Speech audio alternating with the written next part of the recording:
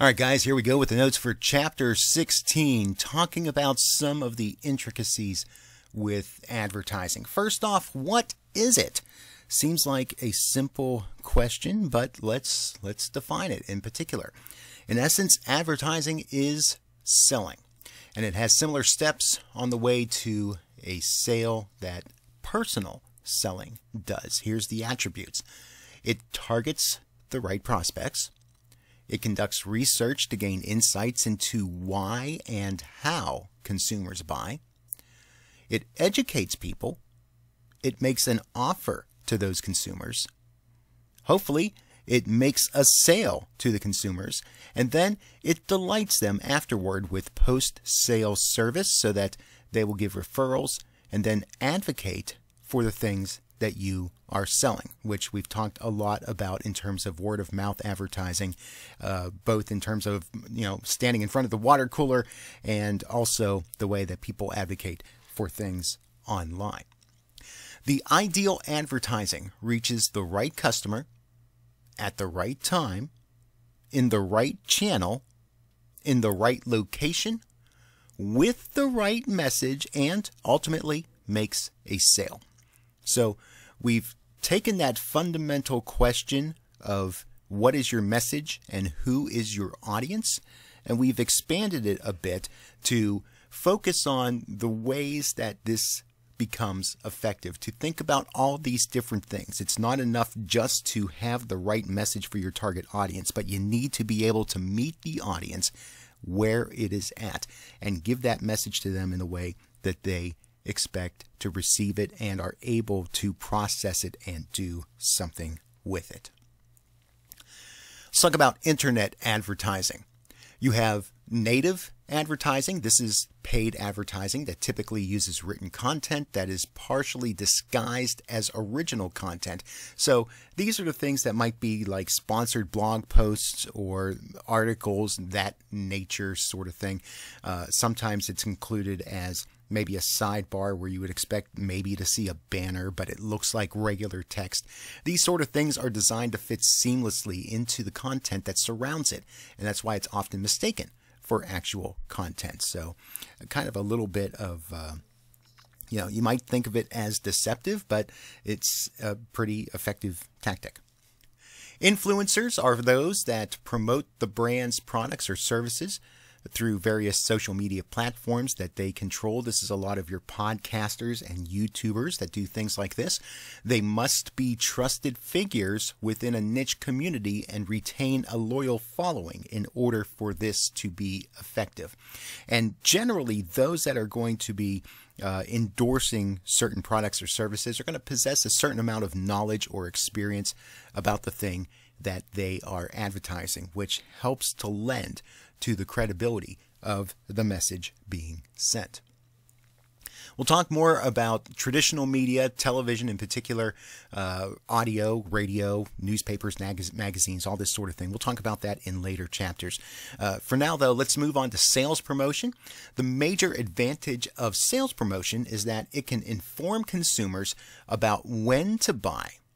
And these are things like, talking about different sales. Maybe there's a coupon or some sort of incentive, special offer, something only going on for a limited time only. So it's trying to get the consumer to understand that something's available. There's a special incentive there in one way or another. Now is the time to pull the trigger and make that purchase. However, there are several disadvantages to relying on the sales promotion as a sales tactic. It goes into detail in your textbook as to what some of those problems can be, and I encourage you to take a look at that. Events and experiences. A growing trend which involves marketing a product through experiences that engage customers and create emotional attachment to the product. So we're talking about things like concerts and parades and different other things that a brand may do that may seem more like community service in a certain sort of way. So even something as simple as a company sponsoring the local T-ball team, with the T-shirts and their brandings on the back and that sort of thing. That is included here as well. These experiences or events represent a way that a company can advance its corporate image, express commitment to a community or a social issue, and gain competitive advantage by differentiating itself from competitors. And they do this by identifying with a particular target market or with a certain lifestyle. So we can even put in here the ways that different brands advocate for certain causes and align themselves with a particular point of view or with a particular segment of a community. When customers are invested in an experience, their willingness to advocate for a brand is greater because they typically appreciate that soft sell approach. It's not super in your face. Usually there's some sort of free giveaway or some form of entertainment that accompanies that, something that actually appeals to the audience, and it does give them a certain affinity for the particular organization that is providing those things. In direct mail, there's two different types. There's shared mail and standalone. When we're talking about standalone mail, obviously it's going to be a one-off piece that you get in the mail. A company sends you an envelope or a postcard with their information on it. Meanwhile, shared direct mail pieces are going to be those sort of things where, like, you get a coupon book from several different marketers, and there may be some restaurant coupons in there. There may be information about home improvement type stuff, several mail-in offers, that sort of thing. Another term for this is marriage mail. So marriage mail and shared direct mail, talking about the same thing. Costs are high with direct mail, but scale and return of investment can be strong when direct mail is delivered to a well-targeted audience. Many times this is done by means of sending things to a particular zip code. Sometimes they can even make sure that they're sending things only to homeowners in certain cases, or maybe have a database with people of certain demographics and target their mailing in that way. Generally, though, it's going to be by region or by zip code that things are sent out. Email is an example of granted media when it comes to advertising, because consumers have to grant brands permission to send them emails. This is also called permission marketing.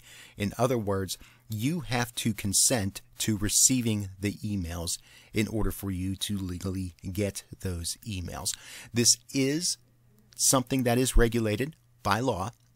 It is the Controlling the Assault of No Solicited Pornography and Marketing Act of 2003, CAN-SPAM for short. Now, under the rules of CAN-SPAM, marketers not only have to get opt-in permission to send emails, but they also must include an unsubscribe link in all of their marketing efforts. So at any point, a consumer can say, quit bothering me, I don't want your stuff anymore. There has to be an easy way for them to be able to opt out. Marketers cannot make consumers follow them on social media platforms, and they cannot push their apps onto consumer smartphones without their permission as well. So when you receive something in electronic form that is unsolicited, they are actually violating the CAN-SPAM Act. Text messaging also covered in this, in addition to email.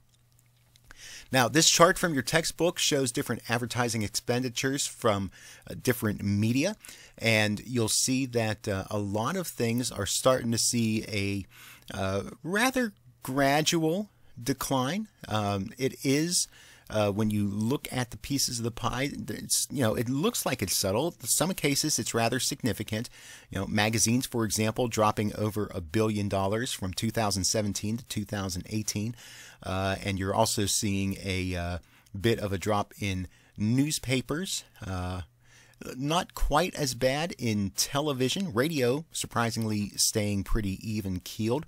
But look at the increase of spending on internet advertising from $69 billion to $78 billion from 2017 to 2018. So we can see here in just a period of 1 year that there is this paradigm shift that is happening with a lot of traditional media, for the most part, seeing maybe a little bit of a decline, with the exception of outdoor and cinema. They're seeing a little bit of an increase, but the big significant increase is in internet advertising.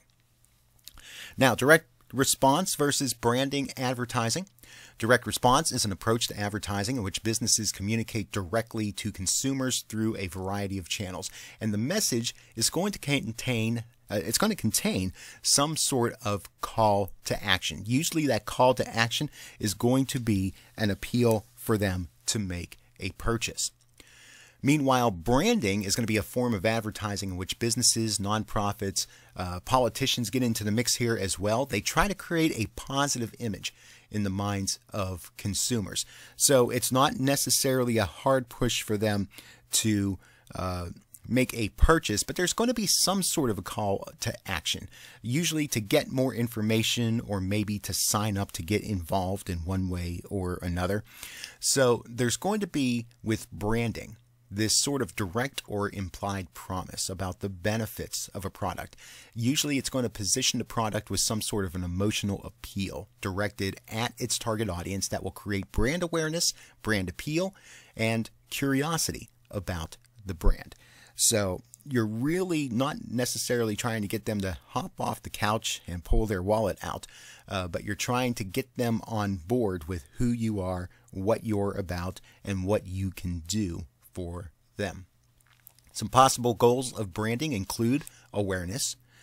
There's reputation management, reputation of the brand or the organization. There's customer service, perhaps informing them about things related to their product or service. Community engagement, sometimes to show the business or organization as a good neighbor of sorts. And also consumer advocacy. Meanwhile, with direct response, there's basically one main goal, and that is to make a sale, to get you to buy. Direct response advertising in that regard generally helps people buy something, while brand advertising is going to help people choose to buy something.